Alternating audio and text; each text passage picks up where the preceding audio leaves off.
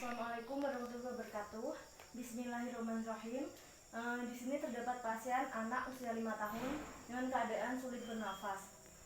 Di sini saya akan melakukan inform konsen terlebih dahulu kepada orang tuanya untuk melakukan pengelolaan jalan nafas dan manuver hambatan jalan nafas.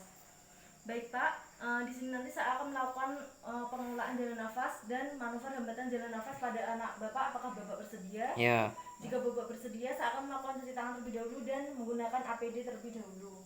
Kita lakukan cuci tangan, setelah itu kita gunakan handscoon.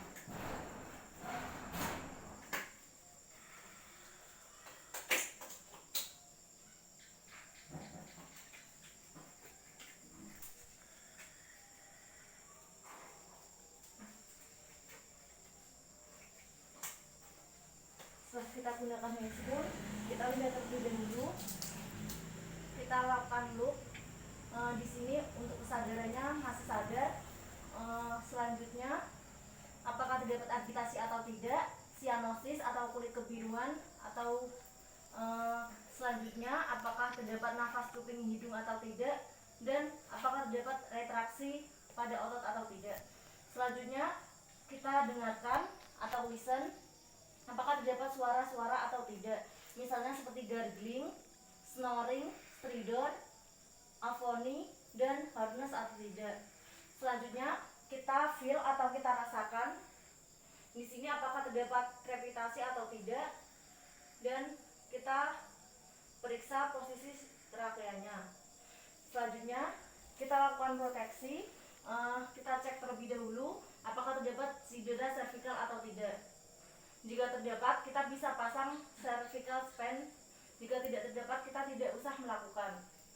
Selanjutnya kita akan melakukan triple airway maneuver. Kita bisa melakukan tiga-tiganya, ataupun kita jika terdapat cedera dari cervical, kita tidak boleh menggunakan head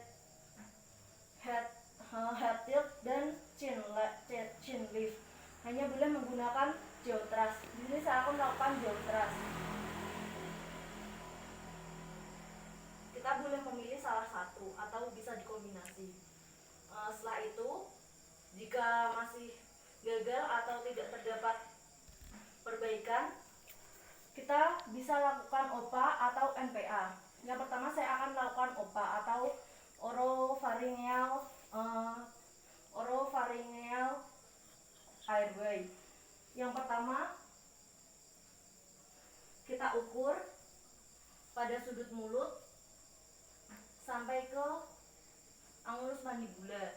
Untuk OPA kita lakukan jika pasien tidak sadar, nafas spontan, dan tidak terdapat muntah. Selanjutnya kita masukkan sampai ke faring. Setelah itu kita lakukan nasopharyngeal airway. Kita lakukan pada ujung hidung. Kita ukur terlebih dahulu sampai ke tragus. Setelah itu kita masukkan. Untuk NPA sendiri kita bisa lakukan ketika pasien sadar atau tidak sadar, nafas spontan, dan terdapat refleks muntah. Baik, alhamdulillahirabbil alamin, untuk pengelolaan dari jalan nafas sudah selesai dilakukan. Di sini saya akan mempraktekkan untuk melakukan hambatan jalan nafas. Di sini saya mendapat abdominal thrust. Yang pertama, kita bisa posisi jongkok ataupun berdiri. Kita bisa melingkarkan tangan kita ke depan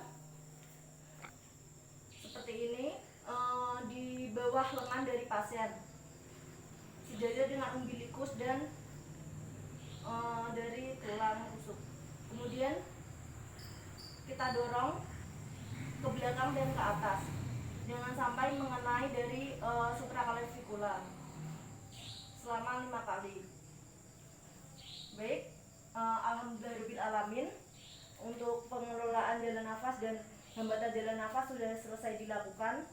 Terima kasih atas kerjasamanya. Wassalamualaikum warahmatullahi wabarakatuh. Untuk dari abdominal thrust tadi, kita bisa lakukan untuk anak yang berumur lebih dari 1 tahun. Terima kasih. Wassalamualaikum warahmatullahi wabarakatuh.